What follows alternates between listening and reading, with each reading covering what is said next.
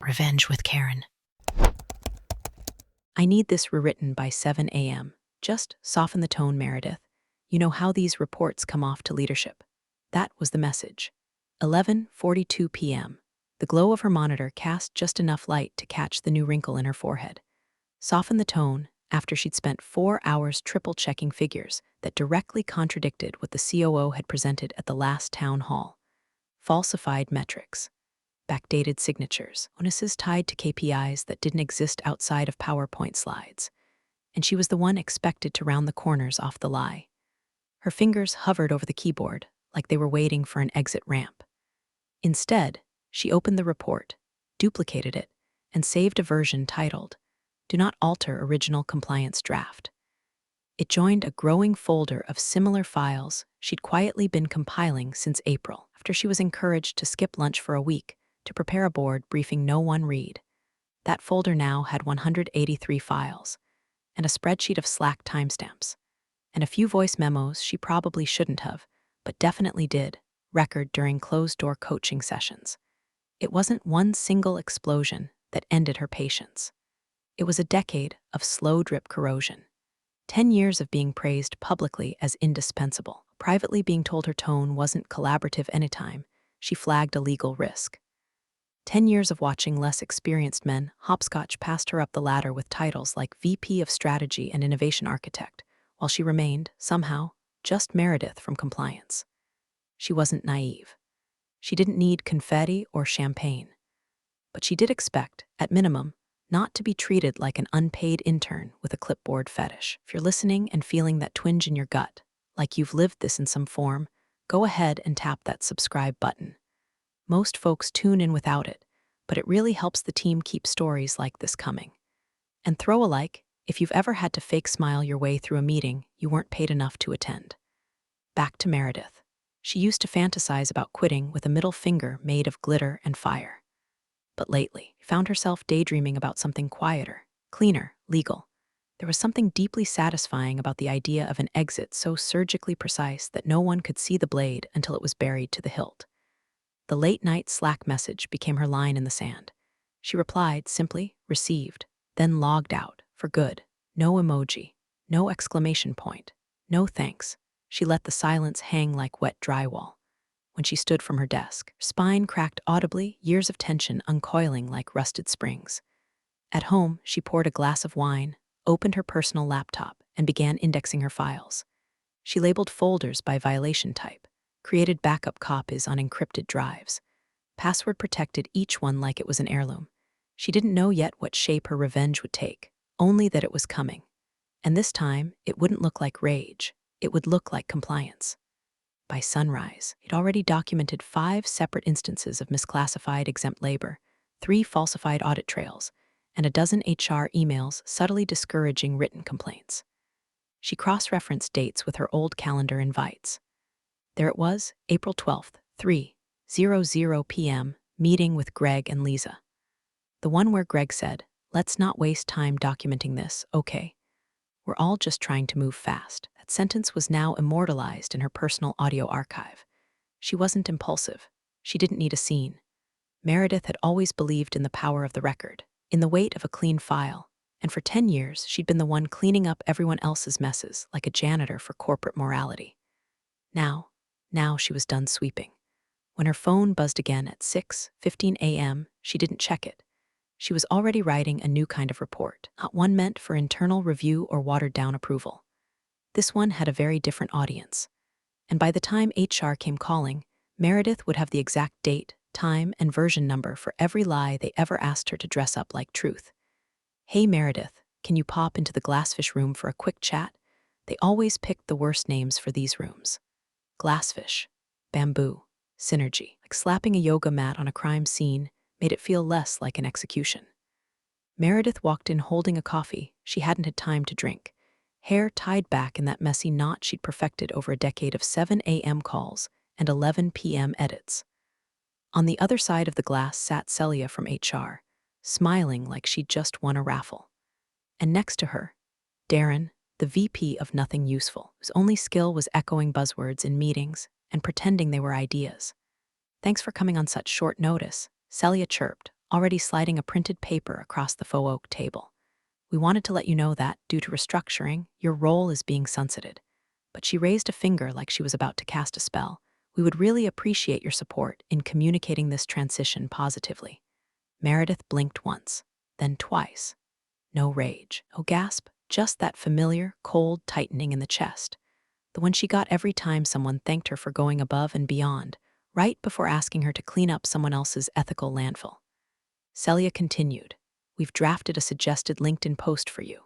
Just a few lines, expressing gratitude for the incredible opportunities you've had here. It really sets the tone." Meredith picked up the paper. It was already warm from the printer. "After 10 wonderful years, I'm excited for what lies ahead. I'm so grateful for the amazing people, lessons, and leadership I've encountered. This isn't goodbye, it's see you later." It read like a Hallmark card co-signed by Stockholm Syndrome. Not a word about the real work she'd done. No mention of the audits she salvaged, the lawsuits she prevented, the labor violations she quietly rewrote into compliance miracles. Just another woman smiling through the erasure of her own spine. She folded the page once, then again, as neatly as an origami knife. "Of course," she said. Darren exhaled in relief as if she might have flipped the table. Celia beamed. "Thank you, Meredith, that's so classy of you. Not everyone gets how important the optics are." "I do," Meredith said, standing. They offered her a box. She declined. She already had everything backed up. She walked past the receptionist, gave her a sympathetic glance. Past the company logo in the lobby, some abstract swirl that cost more than her annual bonus. Past the award shelf, where one plaque still bore her name from 5 years ago, Integrity in Action. Outside, the sunlight was brutal in that way only early afternoon could be, when the rest of the world keeps spinning like your life wasn't just set on fire. She didn't go home. She didn't cry. She went straight to a coffee shop with no Wi-Fi and a broken bathroom door. Neutral ground. She opened her laptop. The post was already typed. She copied their script word for word. "After 10 wonderful years, I'm excited for what lies ahead." Then on the next line she added, "Tagged for visibility at U.S. Department of Labor." She clicked post. It wasn't spite. It was precision. Like the final pin dropped into a hand grenade they handed her with a smile. 30 seconds later, her phone buzzed. A coworker, "Meredith, what the hell did you just post?" 60 seconds. Another, "Girl, that was savage. 2 minutes." A like from a labor attorney in D.C. She sat back, letting the silence fill her like oxygen. No regret, no apology. Just a strange, still warmth like heat from a fuse that had finally caught. Back at HQ, Celia was already emailing IT. Please revoke her credentials immediately. Someone from legal was whispering to Darren. Did she really tag the feds? But it was too late. Meredith didn't need access anymore. She had the originals, the screenshots, the audio, the receipts. And now the story was no longer confined to a Slack channel or buried in a file marked private HR comms. It was public, and the clock had started ticking. Not for Meredith, for them. The moment her thumb tapped post, Meredith felt nothing. No surge of adrenaline, no cinematic music swelling behind her. Just stillness, like slipping into a lake at midnight, quiet, cold, and deliberate. The LinkedIn post, in all its beige glory, went live at 3:18 p.m. Eastern. Word for word, exactly what HR had scripted.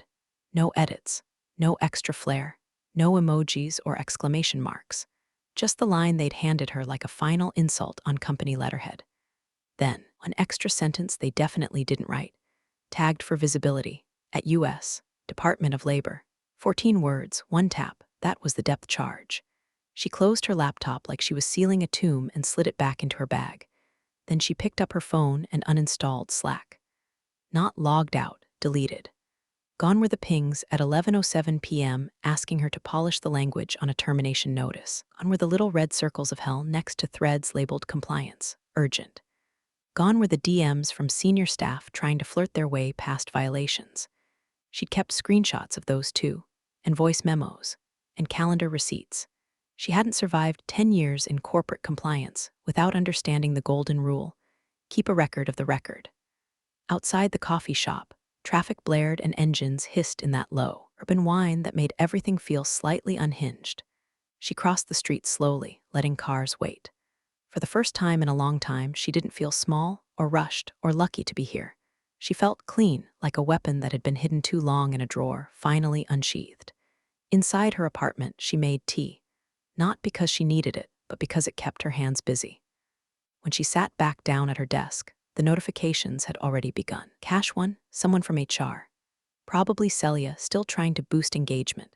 Like Hash 2, a quiet ally in procurement. He'd once whispered thanks after she'd blocked a vendor scheme that would have tanked his department. He never forgot it. Comment Hash 1, a random recruiter. So brave of you to share this. Best of luck on your next chapter. Comment Hash 2, a lawyer, not random. She remembered his name from a workplace law blog she'd followed for years. His comment was short, following. Message Hash 1, Meredith, are you okay? Message Hash 2, holy crap. Did you just tag the Department of Labor? Yes, she did.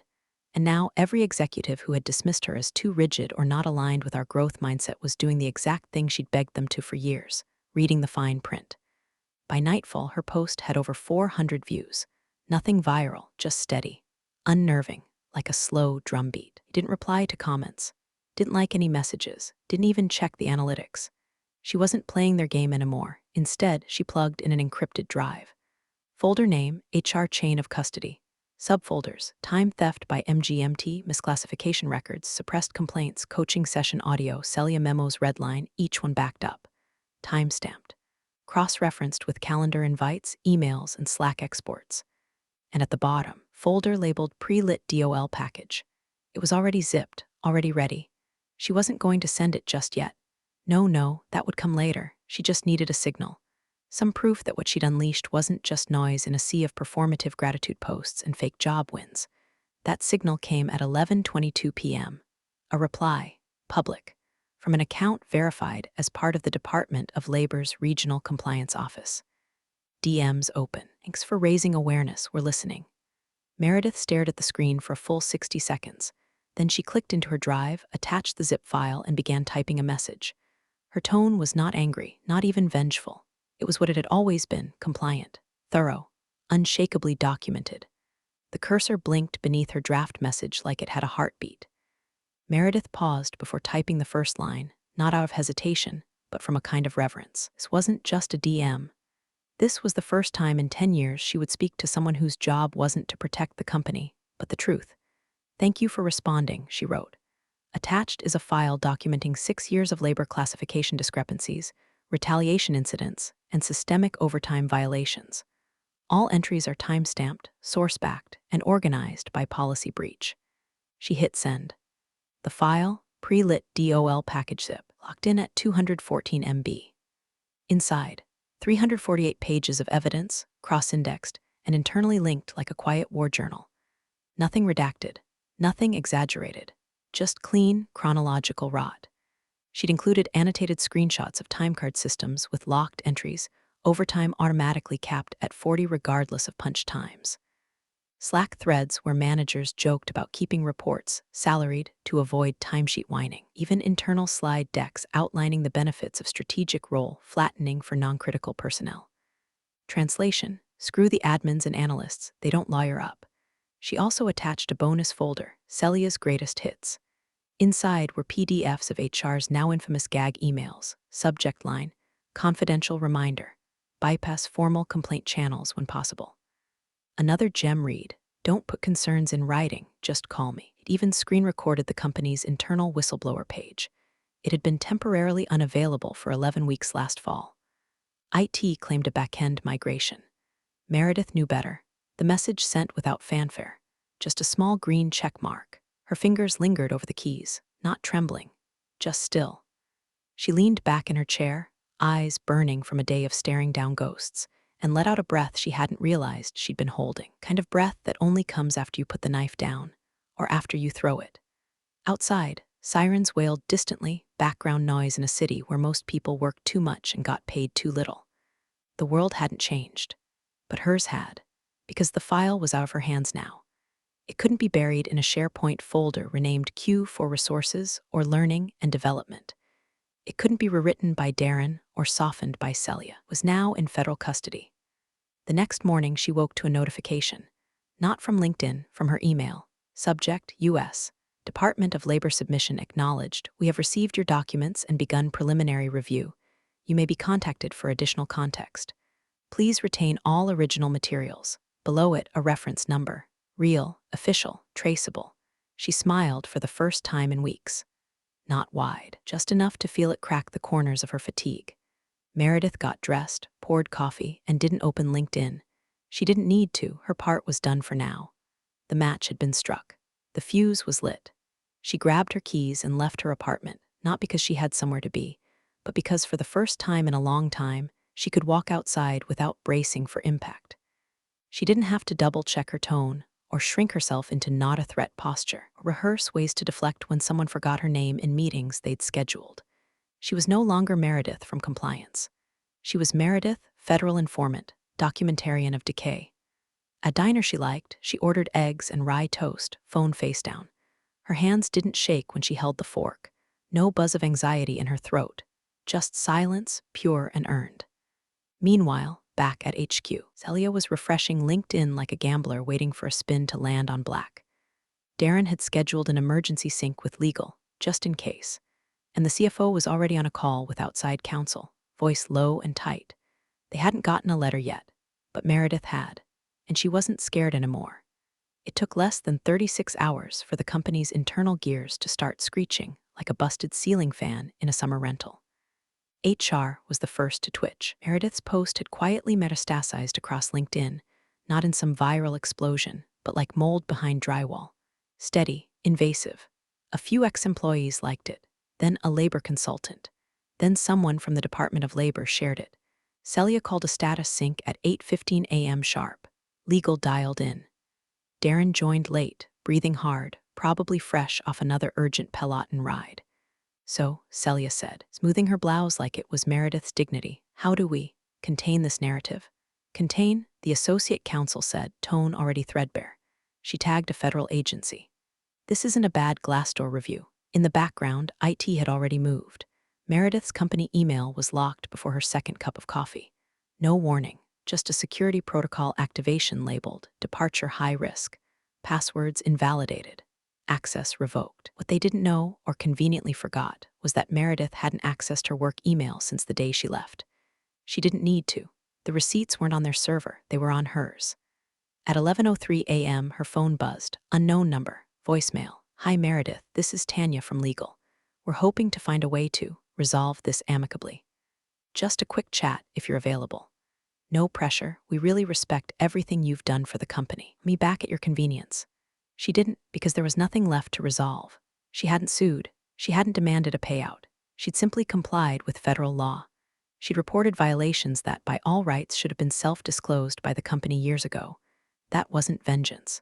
That was due diligence. Back at HQ, leadership huddled behind closed doors, pretending the whole thing was just a disgruntled exit. Darren's pet phrase. Don't feed the drama, he said. She's emotional. Let it die in the cycle. Which might have worked if Meredith hadn't submitted 348 pages of documented policy violations to the Department of Labor, complete with timestamps, revision histories, and anonymized witness statements. Instead of dying, the story simmered. An analyst in finance forwarded the LinkedIn link to 3 colleagues. Didn't she audit our 2020 contractor files? Because if she's right, an admin in payroll added the post to a burner subreddit she ran called r/corporate sinkholes. It hit 3,000 upvotes in 2 hours. A former recruiter DM'd her privately. You said what I couldn't, thank you. Meredith read none of it. She was in a library, sipping weak coffee and finishing a summary report for the DOL. She was drafting it the way she'd always drafted internal audits, precise, sterile, immaculately referenced. No adjectives, just facts and impact. A quote from a VP here. A PDF of a timestamped coaching memo there. She cited her sources like a scalpel. Every minute they spent scrambling for a PR response, she was laying bricks in a case they couldn't whiteboard their way out of. Darren suggested the comms team draft a "We support all former employees" statement. Legal advised against it. Don't engage. You acknowledge you're liable. So instead, they ghosted the fire, acted like the building wasn't burning. No mass email, no statement, just dead air and bad coffee. Meanwhile, Meredith received a second email from the Department of Labor. This one had bullet points. They'd reviewed her materials. They were proceeding to formal inquiry. She would be kept in the loop. No exclamation marks, just wait. Her eyes scanned the words and a calm spread through her like anesthetic. Not numbness, not detachment, something sharper. Cleaner. Control. It had taken so much from her, credit, time, identity. but they had never taken her documentation, never touched the truth. And now, that truth had an agency seal on it and a case number. They could disable her email. They could whisper in boardrooms and slap together non-denial statements and treat her like a glitch in their clean, branded matrix. But Meredith wasn't a glitch. She was the audit, and she had already been filed. The envelope was white, heavy, unassuming, except for the seal in the top left corner. U.S. Department of Labor. No mistaking it. No way to pretend it was junk mail or a friendly government check-in. It was thick, too, had weight to it, like the ink inside knew what it was about to trigger. Meredith didn't open it right away. She let it sit on the kitchen counter while she made coffee, folded laundry, and ran the vacuum like it was any other Tuesday. Her eyes kept drifting back to that envelope, to the precise black print on the front, her name spelled out in a font that carried consequence. When she finally sliced it open with the same letter opener she once used to unbox 10 years of corporate holiday cards, signed the team, she didn't even sit down. She read it standing. Subject: Initial Inquiry Employment Practices, Case No. 2383 to 91Q. Letter was written in formal calm, the way only government prose could be. No drama, no commentary, just structure. They were initiating a formal inquiry into her former employer's labor practices, including, but not limited to, compliance with the Fair Labor Standards Act, retaliation protections, and whistleblower safeguarding.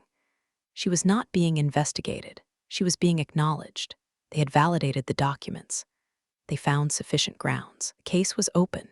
Meredith didn't smile. She didn't cheer or text a friend or pour a glass of wine like she'd fantasized during sleepless nights. She just exhaled. The kind of exhale you give after holding your breath underwater a little longer than you should have, just to prove you could. She went back to her laptop, logged into her personal email, created a new folder, Case 2383, supporting docs. Then opened a second tab and began pulling up every HR memo, compliance update, and internal-only document she had archived. The ones they thought were gone. The ones Celia had marked with that passive-aggressive watermark, draft do not circulate. The ones Darren sent per our convo, let's not forward. The ones that had lived in Slack threads before being mysteriously deleted after routine hygiene sweeps. But Meredith had saved them. All of them. He didn't forward them to the Department of Labor in a giant dump. That would have been messy. No, she curated, organized, created a narrative through chronology. She titled the first email string April 2021 classification reversal request. The next one, July 2022 let's keep this off the record thread. Each document got a note, a timestamp, a named sender, a relevance tag. And as she compiled, she blind CC'd one recipient on each. Doll investigations at Dolgov every time she hit send. It was clean, surgical, like tightening a screw. There was no rage in her. No fantasies of watching Darren cry in a deposition or Celia sweat through a town hall. Those thoughts had come and gone like dreams in a fever. What remained now was purpose, because chaos would burn itself out. But clarity had permanence. At HQ, first whisper started with a scheduler. She was asked to block off time on the calendar for private external meeting involving legal, HR, and one of the C-suite names. She'd seen the letterhead from the DOL when it arrived, couldn't unsee it. A week later, she was gone. Voluntary resignation, officially, but everyone knew she'd asked too many questions after reading Meredith's post. Then came the audit prep emails, the hush-hush data integrity meetings, sudden demand to re-review classification logic from the past 4 fiscal years. Nobody said it out loud, but every pulse in the building knew something was coming, and it wasn't a press release. One executive, someone who had never once said Meredith's name in a meeting she attended for 4 years, forwarded a frantic internal summary to legal, who approved that LinkedIn post. Meredith kept working. She didn't check her post again. She didn't need to. Its job was done. Instead, she drafted a witness list. Not names, she wasn't malicious. Just roles, patterns. She flagged 3 former employees whose complaints had mysteriously disappeared from records, but existed in CC'd emails she'd archived. She cross-referenced exit interviews with calendar invites for unscheduled performance reviews that magically appeared afterward. She wasn't building a case. She was finishing one. And this time was no Darren with his crocodile praise. No Celia with her laced compliments. No half-smile at a girl's followed by erasure. Just truth, time-stamped and federally indexed. When she closed her laptop for the night, the last file she uploaded was titled, Final memo misconduct summary. Verified sent at 11:52 p.m. Same time, Darren used to ping her about last-minute adjustments. Except this time, she was the one writing the final word. Invite hit her inbox like a mosquito in a quiet room, small, whiny, and full of presumptions. Subject line: All hands transparency session Friday at 10 a.m. Beneath it, a message from Celia that read like it had been processed through 6 layers of legal sanitization. Hi Meredith, we're organizing a company-wide transparency discussion to reaffirm our commitment to ethical practices and employee trust. We'd love it if you could join for a few brief comments, just to clarify the nature of your recent LinkedIn post and help us contextualize for the broader team. Help them contextualize. She read it twice, once as Meredith, the compliance manager, once as Meredith, the witness. The sheer audacity might have been amusing if it weren't so perfectly on brand. A company that never invited her to speak when she flagged misclassifications in Q2 2021 now suddenly wanted her to share a few thoughts on the public investigation they triggered by treating her like a liability with a pulse. She didn't respond immediately. She didn't slam the laptop shut. She just sat back, breathed deep, and reread the phrase, brief comments. That meant they were trying to control the window, manage the optics, use her voice to sew their narrative shut. So she opened a new tab, logged into the secure DOL portal, uploaded a screenshot of the invite, complete with metadata. Then she attached the message history. Then she wrote one line: Company has requested I appear on a public all-hands meeting to address their investigation. I am willing to do so. I have blind CC'd this office on my reply. Then she clicked back to her email. Opened Celia's message. Happy to attend. I will provide a high-level compliance summary as requested. Please be advised that representatives from the Department of Labor may also be on the call, as this discussion may reference active federal inquiries. Then she blind CC'd the department again. Sent. She closed her laptop and exhaled. No dread, no hesitation, just protocol. That Friday at 9:59 a.m., the company's little Zoom grid flickered to life. Black boxes, white names, bad lighting, tense faces. Meredith's tile was neutral, no virtual background, just a tidy bookcase and a soft lamp glow. Professional, controlled, not performative. Celia's face appeared first, smile pre-installed. Darren popped up a second later, pale and shiny, sitting in front of what looked like a last-minute attempt at friendly Dacre, a succulent and a framed quote that read progress perfection. Meredith nearly snorted. Thanks for joining, everyone. Celia began, her voice wobbling just enough to betray the rehearsed calm. Today's session is really about openness, about transparency, about reaffirming our shared values in this challenging time of change. A few polite nods, the kind that meant just say what you have to and let us go. Meredith has generously agreed to say a few words. Meredith, the floor is yours. She nodded once. Calm, surgical. Thanks, Celia. As you mentioned, was asked to provide a brief compliance summary, and I'm happy to do that. I'll begin with an overview of labor classification standards per FLSA and how our internal documentation reflected or deviated from those benchmarks across the last 4 fiscal years. Then, I'll review several policy inconsistencies, particularly around exempt designations and overtime practices, which I previously raised to HR. Her voice didn't quiver. It didn't rise. Cut, precise, unshaken. I'll reference key memos by date and revision history, documenting shifts in language following protected disclosures.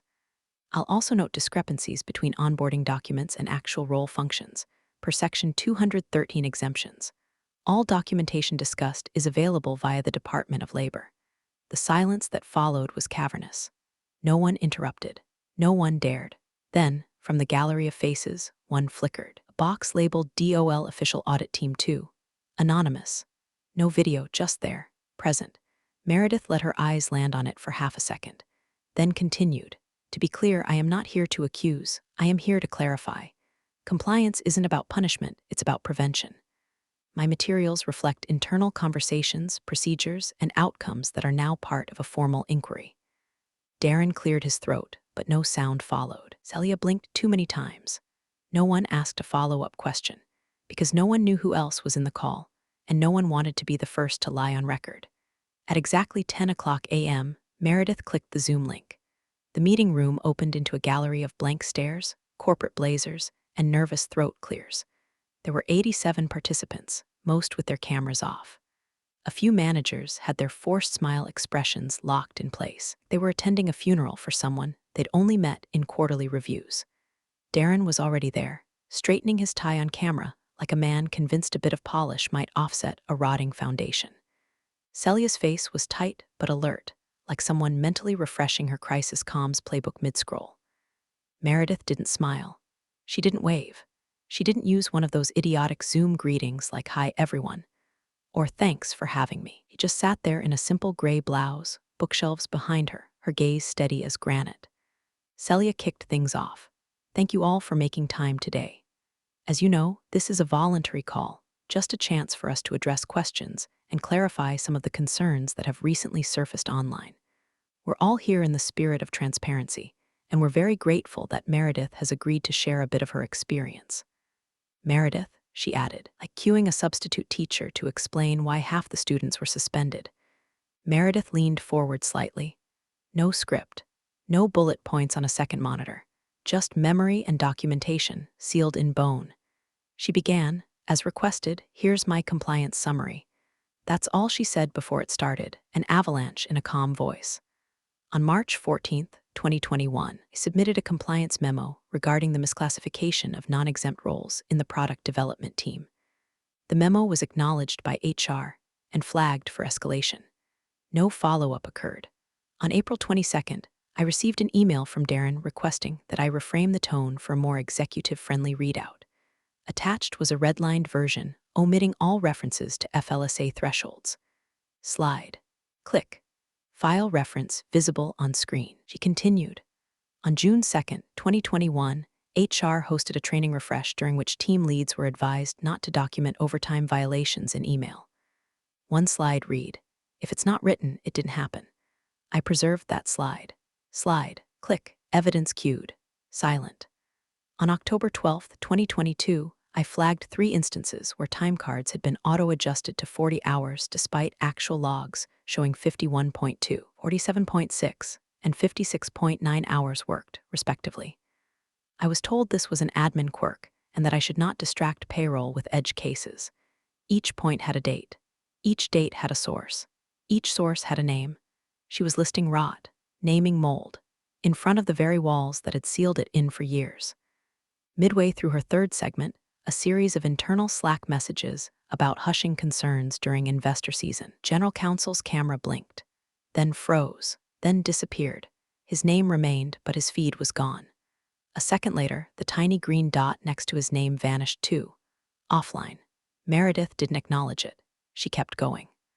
On December 9th, 2022, I raised a concern about employee retaliation involving performance improvement plans issued within 2 weeks of protected complaints. 3 of the 4 employees were terminated within the quarter. No exit interviews were conducted. All 3 had signed NDAs upon departure.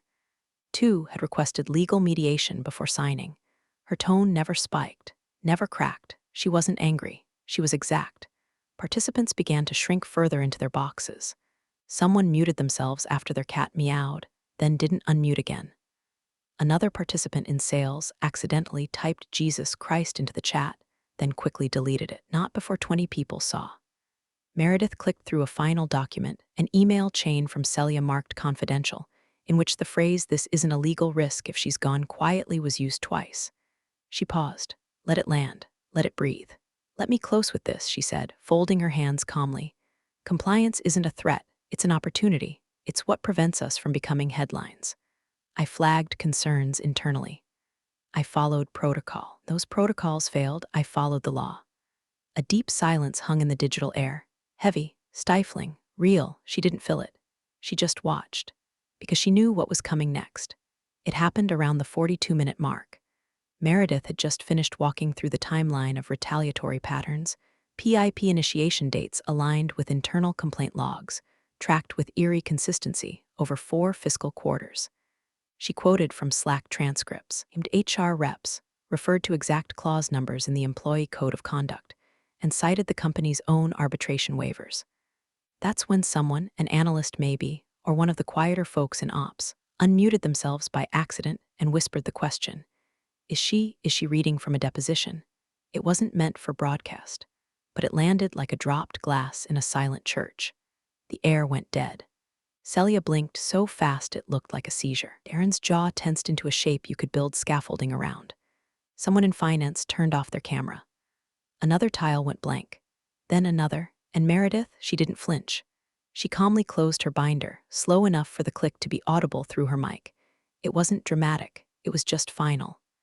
"Thank you for your time," she said, with the kind of chill professionalism that would haunt HR dreams for the rest of their careers. But she wasn't done. Looked directly into the camera, eyes flat and unbothered, and added, "And per Clause 14 of the Severance and Non-Disclosure Agreement, which was negotiated under federal oversight, I am explicitly exempt from any post-employment retaliation, silencing measures, or punitive action related to whistleblowing, or the disclosure of non-trade-related information related to labor violations. That clause has been recorded." She didn't raise her voice. She didn't need to, because at that exact moment, in the corner of the Zoom window beneath her name, now labeled simply Meredith, a small emblem quietly appeared. An official seal. U.S. Department of Labor. Tile ID Doll Investigations 03. No camera, no audio, just presence. It flickered onto the call like a ghost in a cathedral. No one said a word. No one dared. The silence that followed wasn't just quiet, it was suffocating. Could practically hear boardroom chairs across state lines scooting back from conference tables. Legal pads being filled in terrified cursive. Slack channels erupting in private group chats with panicked acronyms. Meredith didn't gloat. She just leaned back, took a measured breath, and said one final sentence, clear, calm, inevitable. "We're just getting started." Then she ended the call herself. No wave, no polite delay, no smile. The Zoom window closed. Back at HQ, nobody knew who to talk to first. IT started pulling logs. HR began drafting a response that legal immediately nixed. The general counsel, unreachable since his abrupt disconnect, had forwarded 3 voicemails to the external crisis firm by the time the call ended. In her apartment, Meredith placed her binder on the shelf, labeled it, archived it, and opened a new one. Because the investigation wasn't the end. It was only the audit trail's beginning. Big thanks, you legends of the old office days. Subscribe to keep the switch-flicking chaos alive. Your ex-boss is shaking in their loafers.